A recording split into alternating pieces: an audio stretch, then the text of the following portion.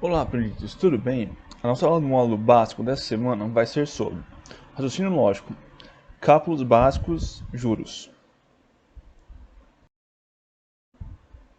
Mas o que é juros? O conceito de taxa de juros pode ser entendido como um valor do dinheiro no tempo, isso é, o preço que os tomadores de empréstimos pagam aos prestadores para usarem um dinheiro que não é seu durante um determinado período. Na prática, é uma compensação pelo tempo que o dinheiro ficou emprestado. Existem dois tipos de juros, o simples e o composto, e nessa aula vamos aprender um pouco sobre eles.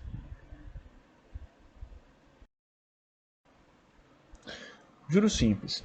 O juros simples é um acréscimo calculado sobre o valor inicial de uma aplicação financeira ou de um empréstimo, por exemplo. O valor inicial de uma dívida, empréstimo ou investimento é chamado de capital. A esse valor é aplicada uma correção chamada de taxa de juros, que é expressa em porcentagem. Os juros são calculados considerando o período de tempo em que o capital ficou aplicado ou emprestado. A fórmula para calcular o juros simples é expressa por juros igual a capital vezes a taxa de juros vezes o tempo. Cada uma dessas letrinhas significa uma coisa, certo? E eu vou colocar aqui para vocês o significado de cada uma. Tá? O J é o juros, ok? O C é o capital. O I significa taxa de juros, né? E para substituir na fórmula, a taxa deverá estar escrita em forma de número decimal. Ou seja, quando estiver em porcentagem no problema, basta dividir o valor dado por 100, tá bom? E o T é o tempo, né? A taxa de juros e o tempo devem se referir à mesma unidade de tempo, geralmente usado mês. Quando fala de empréstimo ou uma aplicação, a gente fala em mês, tá bom?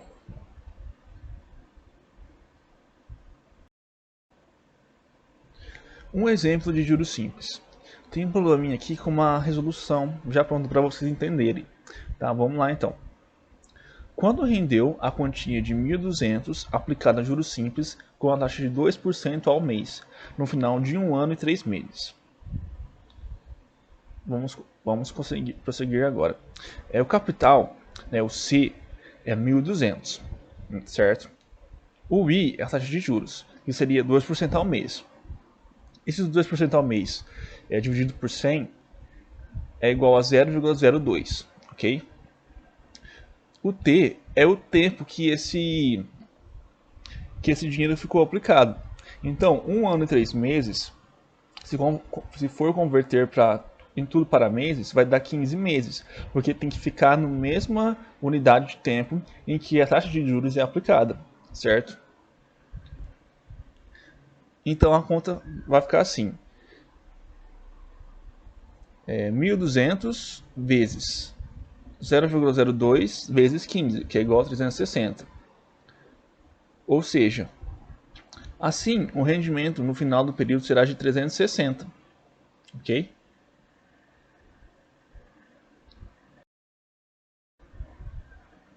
Juros compostos.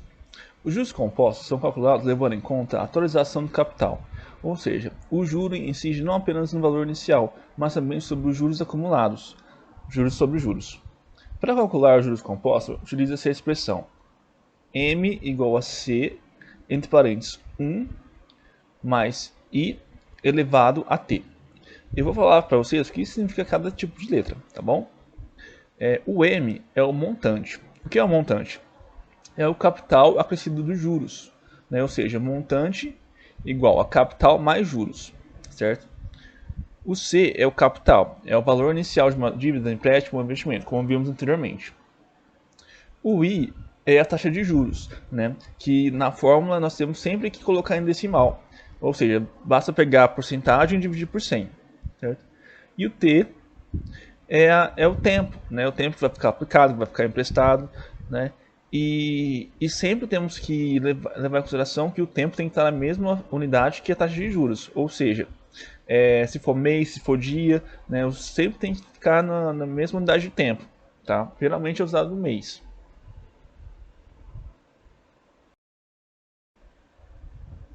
Então aqui nós temos um exemplo de juros compostos. Tá, vamos lá. Esse é um problema resolvido, que nem no juros simples, que a gente vai comentar para vocês entenderem um pouco melhor. Certo? Quanto receberá de juros no fim de um semestre uma pessoa que investiu a juros compostos a quantia de 5.000 à taxa de 1% ao mês? Sendo que o capital, que é o valor inicial, é 5.000, né? O I é a taxa de juros, que é 1% ao mês. Então, sempre que tivermos em porcentagem, nós temos que dividir por 100 para termos o valor decimal. Então, 1% ele vira 0,01. E o tempo, que aqui está um semestre, mas como a taxa é aplicada a um mês, nós temos que transformar um semestre em meses. Então vai ficar 6 meses.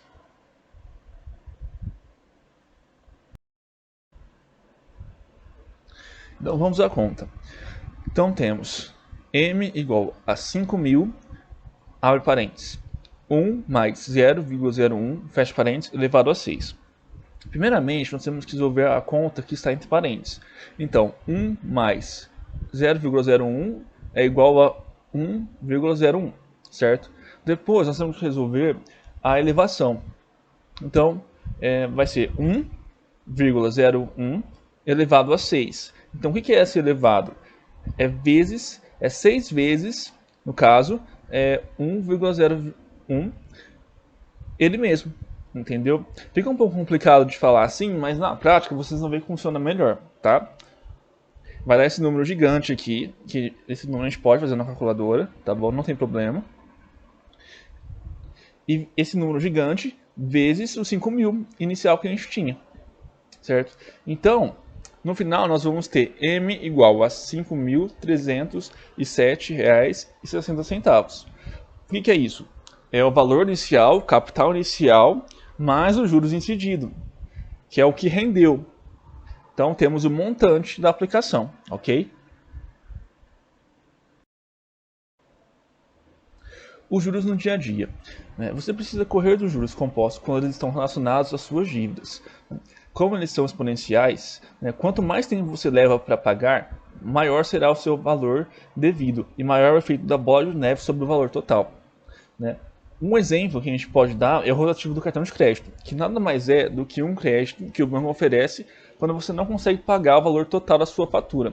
Parece bom, mas não é. Quando você utiliza esse crédito, além de pagar o saldo da sua fatura, você precisa arcar com juros sobre o valor que não pagou. O grande perigo é que esses juros são compostos, ou seja, a cada parcela da sua fatura você pagará mais caro. E é assim que muitas pessoas se afundam em areias movediças de juros intermináveis. Ou seja, muito cuidado ao usar o cartão de crédito.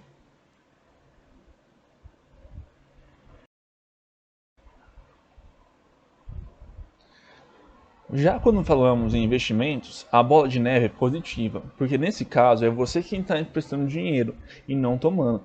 Portanto, é o investidor quem recebe os juros sobre os juros. Nesse caso, é o próprio banco ou a instituição que você aplicou o dinheiro que está usando seu dinheiro. Então você está emprestando dinheiro para a instituição. Por serem autorizados todos os dias, em alguns casos, os juros compostos tendem a aumentar os seus rendimentos dos investimentos a longo prazo, quando o dinheiro efetivamente começa a trabalhar para você. Existem os investimentos de curto prazo, que duram geralmente de 1 a 2 anos, e os investimentos de longo prazo, que chegam a durar décadas.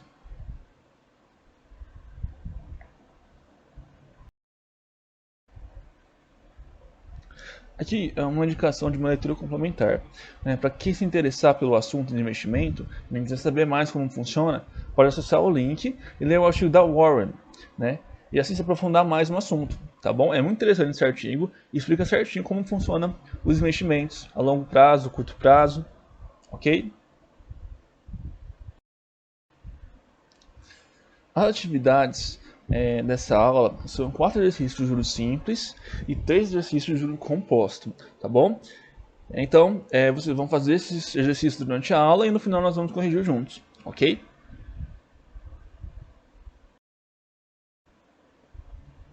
Então é isso, pessoal. A aula fica por aqui e vejo vocês na próxima. Até mais.